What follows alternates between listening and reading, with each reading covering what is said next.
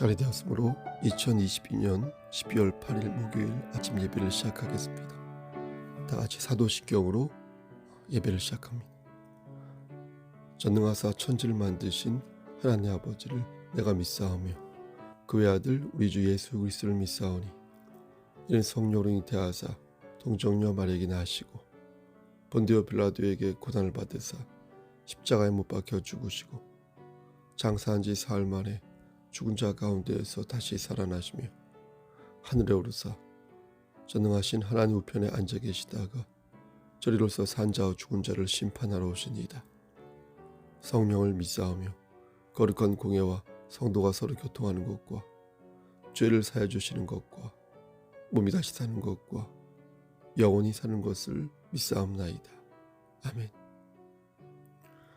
사랑과 은혜가 풍성하신 하나님 아버지, 하나님의 크신 사랑을 진심으로 감사드립니다. 오늘도 우리에게 새로운 하루를 허락하셔서 예배로 하루를 열 수 있도록 도와주시는 은혜 감사합니다. 오늘도 하나님의 말씀을 붙잡고 마귀가 쳐놓은 올가미에 걸려들지 아니하도록 하시고 우리가 거한 그 자리에서 예수 그리스도의 향기를 발할 수 있도록 은총 내려주시기를 소원합니다. 하나님, 우리가 살아갈 때에 넘어지고 쓰러질 때가 많이 있습니다. 그때마다 하나님의 말씀, 우리에게 주신 언약을 기억할 수 있도록 하시고 그 언약을 신뢰하여서 다시금 일어서서 날갯짓 할 수 있도록 주여 우리에게 힘을 허락하여 주시옵소서. 이 세상 살아가면서 허망한 말과 멍해와 손가락질을 하지 아니하도록 하시고 하나님의 자녀답게 하늘의 권속답게 하나님을 기쁘시게 하는 삶을 살 수 있도록 도와주시옵소서. 심실히 연약한 우리의 지체들 찾아가 주셔서 여호와 라파 되신 하나님께서 치료하여 주시고 이레 되신 하나님께서 모든 것들을 예비하여 주시옵소서. 이 나라와 민족을 위해서도 기도합니다. 이 민족이 믿음의 공화국이 될 수 있도록 하시고 죄악이 들끓는 소돔과 고모라의 전철을 밟지 아니하도록 주여 은혜를 베풀어 주시옵소서. 모든 말씀 예수 그리스도인 받도록 감사하며 기도드렸사옵나이다. 아멘. 하나님 말씀 사사기 6장 33절에서 40절 말씀입니다. 사사기 6장 33절에서 40절 말씀. 구약성경 제성경으로 371쪽입니다. 33절. 그때에 미디안과 아말렉과 동방 사람들이 다 함께 모여 요단강을 건너와서 이스라엘 골짜기에 진을 친지라. 여호와의 영이 기드온에게 임하시니 기드온이 나팔을 불매 아비에셀이 그의 뒤를 따라 부름을 받으니라. 기드온이 또 사자들을 온 므낫세에 두루 보내매 그들도 모여서 그를 따르고 또 사자들을 아셀과 스불론과 납달리에서 보내매 그 무리도 올라와 그를 영접하더라. 기드온이 하나님께 여쭈되 주께서 이미 말씀하신 같이 내 손으로 이스라엘을 구원하시려거든 보소서. 내가 양털 한 뭉치를 타작마당에 두리니 만일 이슬이 양털에만 있고 주변 땅은 마르면 주께서 이미 말씀하신 같이 내 손으로 이스라엘을 구원하실 줄을 내가 알겠나이다 하였더니 그대로 된지라. 이튿날 기드온이 일찍이 일어나서 양털을 가져다가 그 양털에서 이슬을 짜니 물이 그릇에 가득하더라. 기드온이 또 하나님께 여쭈되 주여 내게 노하지 마옵소서. 내가 이번만 말하리이다. 구하옵나니 내게 이번만 양털로 시험하게 하소서. 원하건대 양털만 마르고 그 주변 땅에는 다 이슬이 있게 하옵소서 하였더니 그 밤에 하나님이 그대로 행하시니 곧 양털만 마르고 그 주변 땅에는 다 이슬이 있었더라. 아멘. 하나님 이 말씀을 들어 사용하여 주시옵소서. 예수님의 이름으로 기도드렸사옵나이다. 아멘.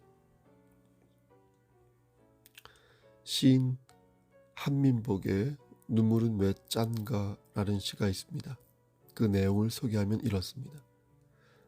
지난 여름이었습니다. 가세가 기울어 갈 곳이 없어진 어머니를 고향 이모님 댁에 모셔다 드릴 때의 일입니다. 어머니는 차 시간도 있다고 하니까 요기를 하고 가자시며 고깃국을 먹으러 가자고 하셨습니다. 어머니는 한평생 중이염을 알아 고기만 드시면 귀에 고름이 나오곤 했습니다. 그런 어머니가 나를 위해 고깃국을 먹으러 가자고 하시는 마음을 읽자 어머니 이마의 주름살이 더 깊게 보였습니다. 설렁탕 집에 들어가 물수건으로 이마에 흐르는 땀을 닦았습니다. 그리고 설렁탕에 다대기를 풀어 한테 숟가락 국물을 떠먹을 때였습니다. 어머니가 주인 아저씨를 불렀습니다. 주인 아저씨는 뭐 잘못된 게 있나 싶었던지 고개를 앞으로 빼고 의아해하며 다가왔습니다. 어머니는 설렁탕에 속을 너무 많이 풀어 짜서 그런다며 국물을 더 달라고 했습니다. 주인 아저씨는 흔쾌히 국물을 더 갖다 주었습니다. 어머니는 주인 아저씨가 안 보고 있다 싶어지자 내 두가리에 국물을 부어주셨습니다. 나는 당황하여 주인 아저씨를 흘금거리며 국물을 더 받았습니다. 주인 아저씨는 우리 모자가 미안한 마음을 안 느끼게 조심 다가와 성냥감만한 깍두기 한 접시를 놓고 돌아서는 거였습니다. 일순 나는 참고 있던 눈물을 찔끔 흘리고 말았습니다. 나는 얼른 이마에 흐른 땀을 훔쳐내며 눈물을 땀인 양 만들어 놓고 나서 아주 천천히 물수건으로 눈동자에서 난 땀을 씻어냈습니다. 그러면서 속으로 중얼거렸습니다. 눈물은 왜 짠가? 이상 시인 한민복의 눈물은 왜 짠가였습니다. 하나님의 사랑을 말할 때 부모님의 사랑, 그 중에서 어머니의 사랑만큼 적절하게 표현할 수 있는 사랑도 없는 것 같습니다. 왜냐하면 어머니의 사랑은 추상적이고 피상적인 게 아니라 기억의 저편에서 끄집어낼 수 있는 구체적인 사연과 정서가 있기 때문입니다. 그래서 어머니의 사랑은 혹은 아버지의 사랑은 마음속 깊은 곳에서 느낄 수 있는 애절한 감동인 경우가 많은 것입니다. 물론 부모님의 사랑이 모두 다 그런 것은 아닐 겁니다. 사람마다 온도의 차이가 있고 어떤 사람은 아예 그것을 느껴보지 못한 사람들도 더러 있습니다. 또 사람이 주는 사랑을 하나님의 사랑과 비교하는 것도 무리입니다. 그럼에도 불구하고 하나님의 사랑을 어머니의 사랑으로 빗대어 표현하는 이유는 하나님의 사랑이 결코 추상적인 사랑이나 막막한 혹은 막연한 사랑이 아님을 강조하기 위해서입니다. 하나님의 사랑은 무엇보다도 구체적이어서 하나의 이야기를 가지고 있습니다. 하나님의 사랑은 강렬해서 그 안에 열정이 있습니다. 또한 하나님의 사랑은 매우 끈끈해서 그 안에 놀라운 인내심과 기다림이 있습니다.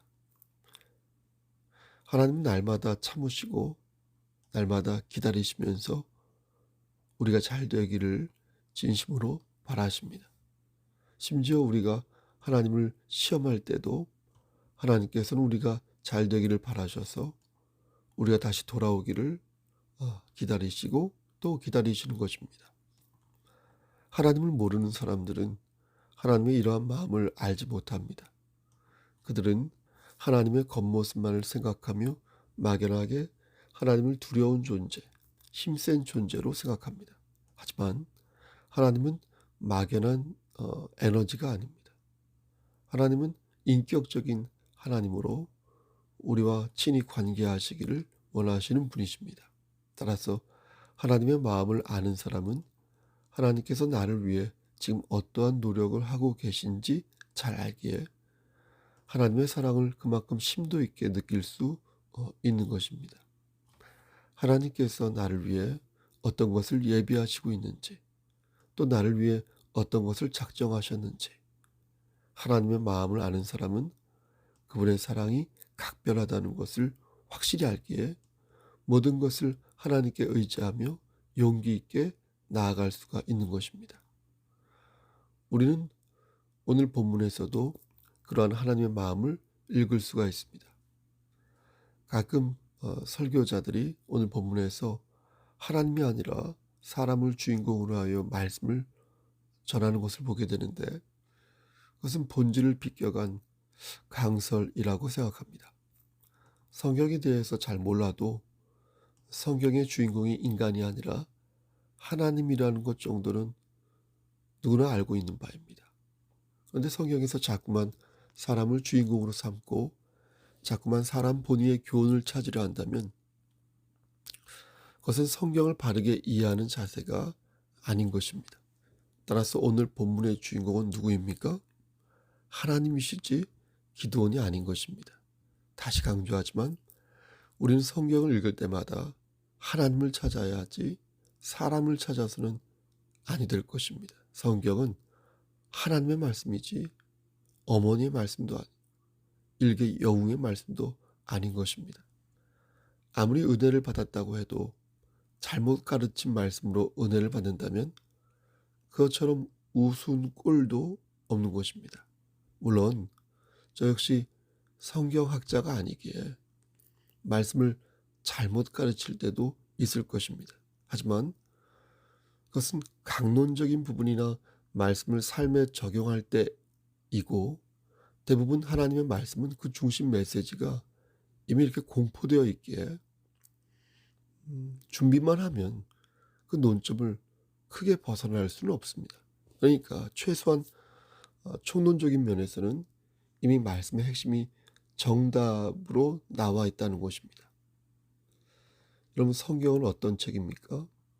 성경은 하나님께서 하신 말씀으로 하나님이 우리에게 하시고자 하는 영적인 말씀입니다. 따라서 오늘 말씀에서도 하나님의 은총과 하나님의 마음을 발견해야 옳은 것이지, 사람의 행위와 거듭 말씀드리지만 사람의 교훈을 배우자고 말하는 것이 주 목적이나 주된 내용이 되면 아니 되는 것입니다. 기드온은 도마처럼 의심이 많은 사람이었습니다. 제가 볼 때는 도마보다 더 의심이 많았던 사람 같습니다. 사사기 6장 17절 말씀을 보면 기드온이 하나님께 표징을 보여달라는 말을 합니다.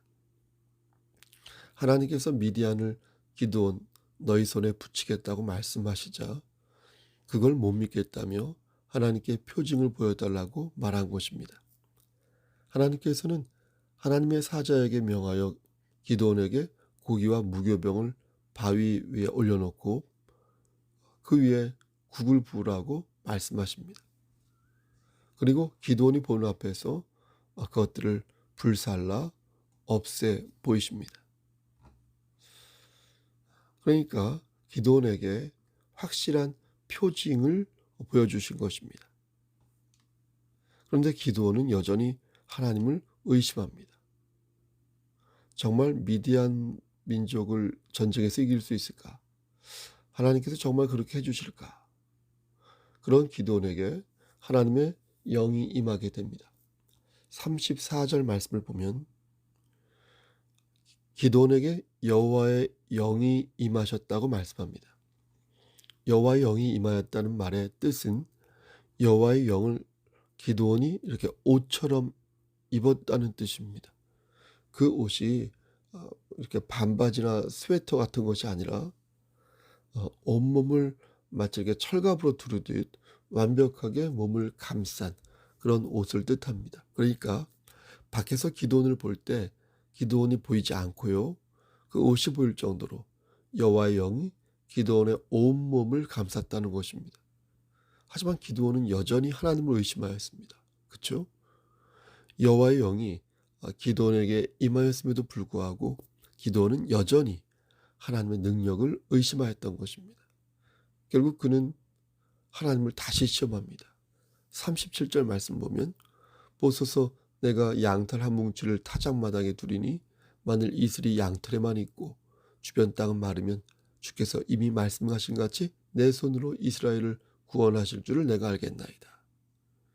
그러니까 기드온의 시험은 좀 조잡한 것이었습니다. 대체 얼마나 하나님이 믿음지 않았으면 이렇게 수작을 부릴 수 있었을까? 어쨌든 기드온은 이런 조잡한 방식으로 하나님을 재차 시험하였습니다. 하나님께서는 인내하사 그에게 표징을 보여주셨습니다. 기드온은 다음날 양털을 만져보았고요. 물기를 머금은 양털을 볼 수 있었습니다. 그러니까 그것을 짜니까 어떻게 됐습니까? 그릇에 물이 가득할 정도로 양털에만 이슬이 가득 묻어 있었습니다. 그런데 어처구니 없는 것은 기드온이 거기에서 이렇게 그치지 않았다는 것입니다. 기드온은 반대로 양털에만 이슬이 묻지 않도록 해보라고 하나님께 부탁을 하였습니다. 이번에는 기드온 자신도 이런 자신이 좀 못나 보였는지 39절 말씀을 보면 이렇게 말합니다. 기드온이 또 하나님께 여쭈되 주여 내게 노하지 마옵소서. 내가 이번만 말하리이다. 구하옵나니 내게 이번만 양털로 시험하게 하소서. 원하건대 양털만 마르고 그 주변 땅에는 다 이슬이 있게 하옵소서. 이렇게 하였더니 그러니까 기드온은 어떻습니까? 하나님이 노여워하실까 봐 걱정하였던 것입니다. 그래서 이번 한 번만 하나님을 시험하겠으니 이해해 주시고 용서해 달라고 말한 것입니다. 근데 놀랍게도 하나님께서는 어떻게 하셨습니까? 이를 수용하셨습니다. 성경을 샅샅이 읽어보아도 하나님께서는 일절 기드온을 꾸짖지 아니하셨습니다. 마치 종이 주인의 명을 받들듯 하나님께서 묵묵히 기드온의 요구를 들어주셨습니다.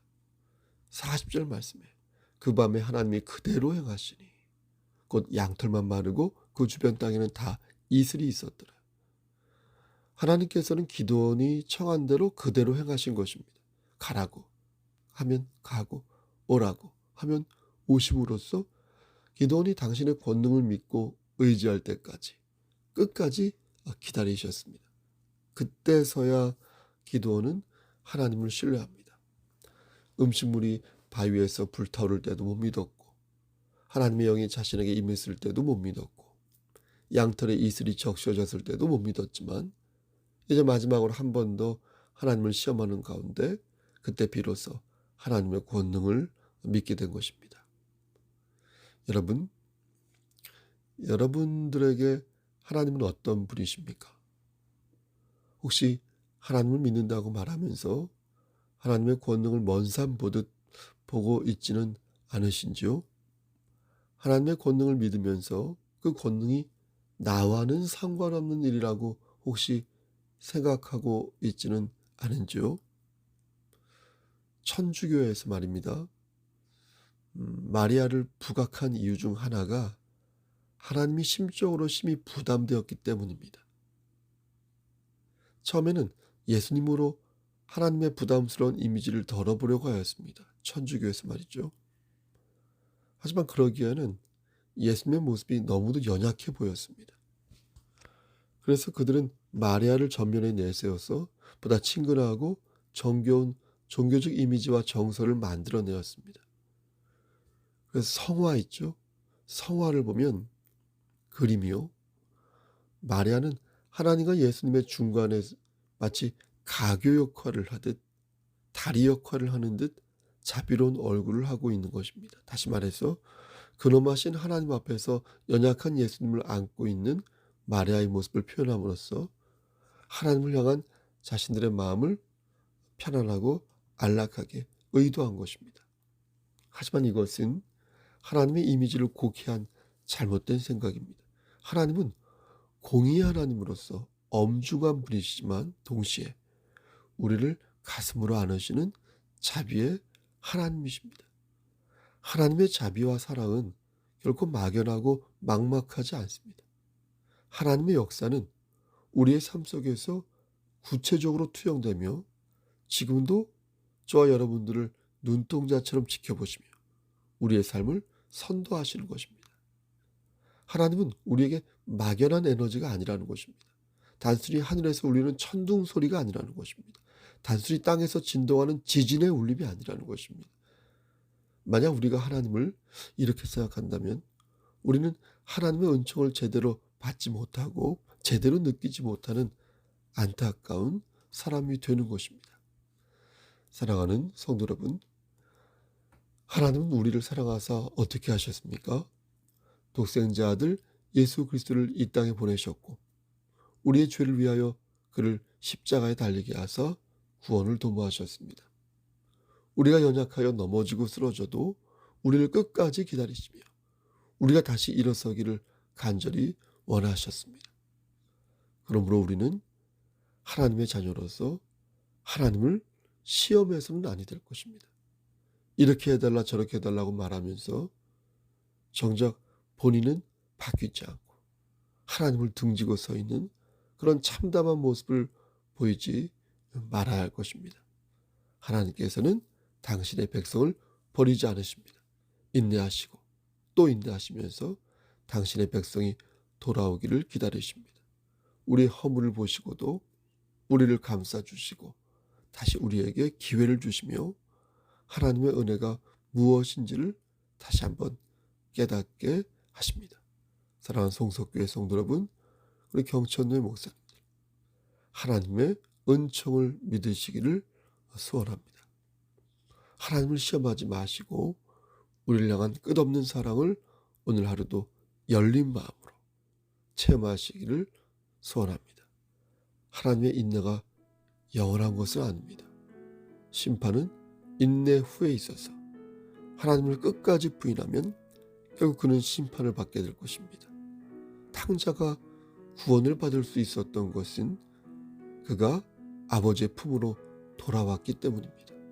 아버지의 품으로 돌아왔다고 해서 무조건 구원을 받는 것은 아니지만 그가 돌아왔으므로 아버지의 용서가 있었고 그로 인해 그는 구원을 받게 된 것입니다. 하나님을 시험하지 마시고 하나님의 품에 거하시기를 바라겠습니다. 우리에게 주어진 교회의 사명을 묵묵히 감당하시고 하나님의 명을 받들어 이 세상에서 악한 미디안의 군대와 싸워 이기시기를 바라겠습니다. 그러한 기도원의 용사 되시기를 주님의 이름 받들어 간절히 축원합니다. 아멘.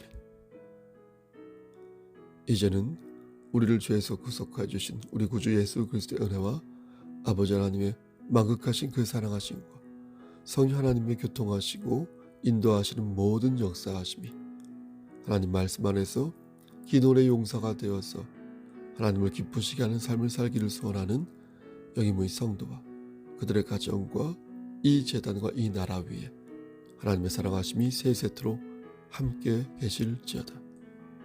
아멘. 예배를 마쳤습니다. 오늘 교회에 1층 공사가 있습니다. 오늘 내일 할 계획인데요. 여러분 참고하여 주시길 바랍니다. 어제 수요 예배 녹화 올린 것이 소리가 안 들리다는 얘기를 들었습니다. 확인해 보니까 그렇게 됐는데요. 그래도 지우지 않고 그대로 녹화한 것은 올려놓고 있겠습니다. 혹시 수요 예배 강설 내용이 궁금하신 분은 말씀해 주시면 녹음본을 보내드리겠습니다. 여러분 오늘 하루도 힘찬 하루 되시고요. 재미있게 건강하게 하루를 보내시길 바라겠습니다. 무슨 일 있으면 연락 주시고 언제든지 신방을 원하시면 말씀해 주십시오. 샬롬 웰컴.